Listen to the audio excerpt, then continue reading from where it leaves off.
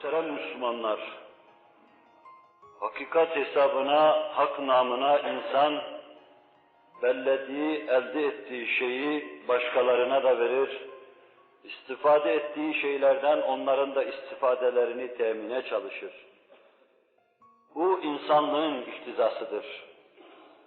İnsan bir manasıyla kelime olarak üstten gelmektedir. Üst, herkesle anlaşabilen, uzlaşabilen, herkese karşı ülfeti, insanlığı, meveddeti, muhabbeti olan varlık demektir. İnsan kendi manasıyla dahi kainata mehdi kuvvet nazarıyla bakar. Adeta bir evde bir annenin, bir babanın himayesi altında yetişen, bir beşikte büyüyen, neş'et eden çocukların birbirine bakması gibi bakar.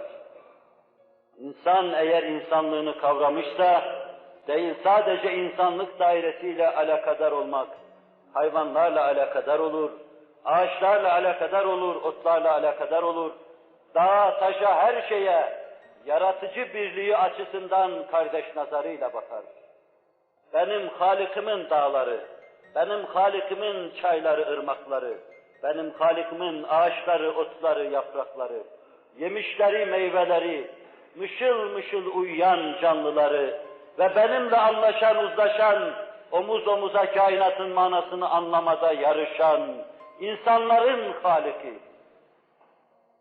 İnsan Allah'tan ötürü kainata bakarsa, işte her şeye karşı içinde böyle bir alaka duyar.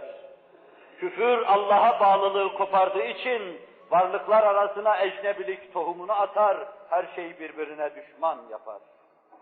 Bir ağacın, köke bağlı bir ağacın, kökü sağlam bir yere dayalı bir ağacın, dalı, yaprağı, budağı, ağacı, meyvesi halinde görmedendir ki, insan etrafına bu nazarla bakabilir. Böylesine muhabbet atfında bulunabilir. Ama kök dayanacağı yerden koparılırsa, Allah kalplerden çıkarılırsa, gönüller Allah'a karşı yabani hale getirilirse, insanlar arasında meveddet ve muhabbet olmaz. Bombalar patlar, insanlar birbirini öldürür, kuvvetli zayıfı ezmeye çalışır, zayıfın iniltisini ney diye kabul eder, onunla eğlenmeye çalışır.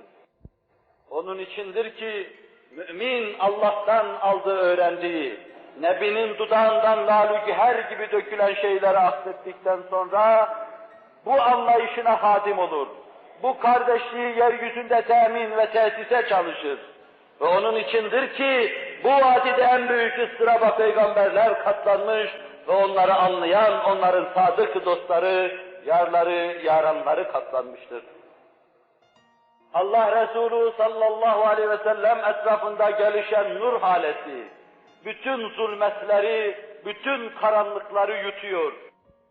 Muhammed sallallahu aleyhi ve sellem gün geliyor, o hale geliyor ki, küre-i arzın 3'ü onun dediğini diyor, ona biat ediyor, tecdidi biatta bulunuyor, onun karşısında serfuru ediyordu.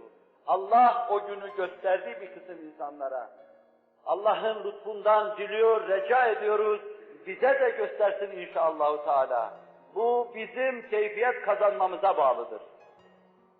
Allah Resulü sallallahu aleyhi ve sellem nadide talebesi Mus'ab'ı bu maksatta Medine'ye göndermişti. Mus'ab Mekke'nin soylu ailelerindendi. Mus'ab yemeğini bile kendi kendine yer başkalarıyla bir sofrada oturmaya tenezzül etmezdi. Tam yaşının en kendisini canlı kılacağı hengamda 17-18 yaşında Allah onu Resulullah'la karşı karşıya getirdi. Birdenbire bütün buzlar eriyiverdi. O haşin, o kaba, o alabildiğini herkesten kopuk Mus'ab birdenbire melekleşiverdi. Resul-i Ekrem Aleyhisselatü Vesselam'ın rahle-i tedrisine oturduğu günden sonra durmadan terakki etti. Artık ne Mekke'de kendilerine panjurların açılıp kapandığı bir Mus'ab vardır ortada, ne kadınların menzil salladığı bir Mus'ab vardır ortada, ne de Mekke'nin yarısını servetiyle alacak gururlu Mus'ab vardır ortada. Allah Resulü'nün huzurunda bir keçi postuna sarılmış, ayakta derin bir huşu, derin bir huzur içinde susmuş, kainatı konuşan Resulullah'ı dinliyor. Kainat bağında andalib olan Bülbül-ü Muhammed'i Aleyhisselatü Vesselam'ı dinliyor. Allah Resulü ayı iki şak eden mübarek parmağını kaldırıyor, ona işaret ediyor ve şuna bakın diyor. O Mekke'nin sokaklarında gezerken pancurlar açılır, herkes ona bakardı. O Mekke'nin yarısını servetiyle satın alabilirdi. En kıvamlı anında 18 yaşındayken Hakk'ın karşısında dize geldi, Hakk'ı kabul etti. Hakk'ı üzerine alanların zaten ekserisinin yaşı, %80'inin yaşı bu merkezdeydi. Mus'ab Medine'ye gitmiş halkı irşad ediyordu. O kendi durumunu, kendisini çok az görenlere anlatırken, çok az gördüler onu. Zira Uhud'da o en son vazifesini yaptı ve Allah'ın huzuruna gitti. Belki daha 25 yaşında yoktu, Allah'ın huzuruna gitti. Başında kılıçlar dönüyordu. Bıçaklar kinle, nefretle bileniyordu. Ama ben bir hamimle beraber Medine'de inandığım Allah'ı anlatmaya çalışıyordum. Onsuz gönüllerin şak şak olduğu Allah'ı anlatmaya çalışıyordum. Bütün devirlerde beşerin sükun ve itminanı ancak onunla hasıl olan Allah'ı anlatmaya çalışıyordum. Es'ad İbni Zürare ilki gören, meşakkate katlanan, gül devrini görmeyenlerden bir tanesi de oydu. O ne Bedir'i gördü ne de Uhud'u gördü. Resulullah hicret ettiği zaman o çoktan Allah'a hicret etmişti. Ama Mus'ab'ı himaye ediyordu. Mus'ab'a kalkan bir kılıca başını kalkan diye uzatacaktı. Çünkü Mus'ab Allah'ı anlatıyordu, Resulullah'ı anlatıyordu. Medine birdenbire lerzeye geldi, çalkalandı. Medine'nin her sokağında artık bütün çoluk çocuk, herkes Allah diyordu. Muhammedur Resulullah diyordu. O karanlık sokaklar bugün dahi gitseniz gece karanlığında apaydındır. Nur-u Muhammed Aleyhisselatü Vesselam'la tenevvür etmişti. Gecesinde şafak çakmasa, bir ay bulunmasa bile Medine'nin ufku pırıl pırıldır. Sanki dünyanın bütün yıldızları oraya bakıyor çünkü yıldızı oradadır. Hırçınlığı üzerinde herkes Mus'ab'ın yanına geliyordu. Hakkı anlatanlar, Hakka sahip çıkanlar iyi dikkat etsinler. Hangi şartlar altında Allah'ı anlatmadıklarının nasıl bir mesuliyeti gerektirdiğini iyi düşünsünler. Üseyd İbni Hudeyr, Eşhel Oyman'ın şerefli genci, kılıcını, harbesini eline alır almaz Mus'ab'ın başına dikiliyordu.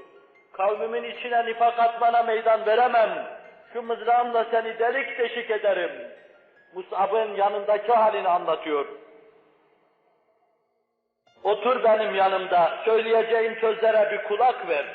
Hak bulmazsa yapacağını yap, öfkenin muktezasını yerine getir. Fakat ben haklıysam, boşu boşuna burada münakaşa etmenin manası yoktur. Mus'ab onu tatlılıkla yanına oturttu, Es'ad İbni Zürare bize naklediyor. Vallahi Hamim suresini mi başladı okudu? Hamim vel kitabil mubin, inna enzelnahu fi leyletin mübareketin, inna kunna munzirin. Mus'ab ayetleri okumaya devam etsin, vallahi Üseyd İbni Hudeyr'in siması değişmeye başladı. Hayvan şeklinde oraya gelen insan birdenbire melekleşiyordu. Simasıyla melekleşiyordu, iç alemiyle melekleşiyor, birdenbire değişiyordu. Yüzünde Hz. Muhammed Aleyhisselatü Vesselam'ın mübarek nuru lem'an etmeye başladı. O Kur'an'ı dinledikten, Mus'ab'ın şerhlerine kulak verdikten sonra ne dememi istiyorsun dedi. Allah'ın herkesten istediği şu sözü istedi ondan. La ilahe illallah Muhammedur Resulullah. Şak şak olmuş kalplerin dermanı. İtminandan uzak, kalaklar içinde kalplerin dermanı. Gönüllerin sultanı Allah'ın anılması Celle Celaluhu. Hüseyin yerinden fırlar fırlamaz, amcazadesi Sa'd ibn Muaz'ı oraya getirmeyi kafasına koydu. Vallahi Sa'd ibn Muaz gelirse, o Hendek'in kahramanı, o Uhud'un kahramanı, o Bedir'in kahramanı Sa'd ibn Muaz gelirse, Ansar birdenbire çözülüverir, Eşhel birdenbire çözülüverir. Sa'd ibn Muaz da harbesiyle gelmişti. O da Musab'ı tehdit etmişti. O da başında kim bilir kaç defa harbesini döndürmüştü.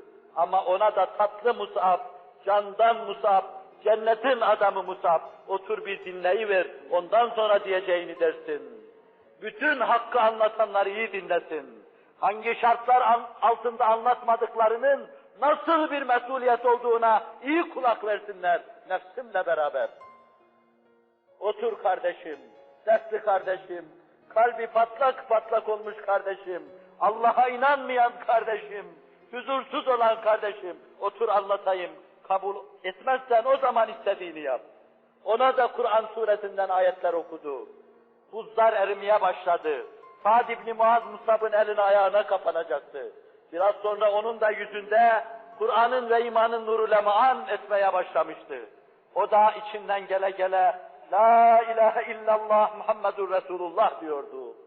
Ve bir hafta içinde eşhel oymağı birdenbire çözülüverdi.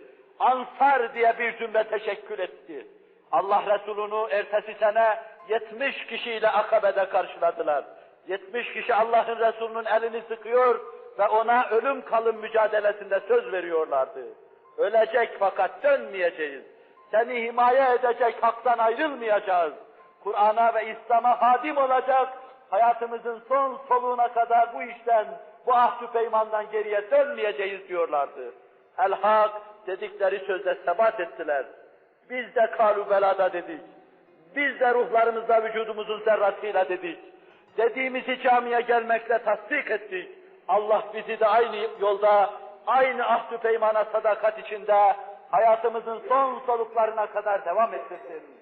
Ve şu geniş hürriyet havası içinde Allah'ı anlatma şevkini, aşkını kalplerimize ilka buyursun. Herkese bulunduğu sahada sahip olduğu imkan ve keyfiyetle hakkı, hakikati anlatmayı Allah lütfeylesin. Ela inne ahsenel kelâmü ve eblâ'n nizâm. Kelamullahil melikil azizil allam. Kema kâlallahu tebâreke ve teâlâ fil kelam. Ve izâ kure'el Kur'anu festemi'û leh. وأنصتوا لعلكم ترحمون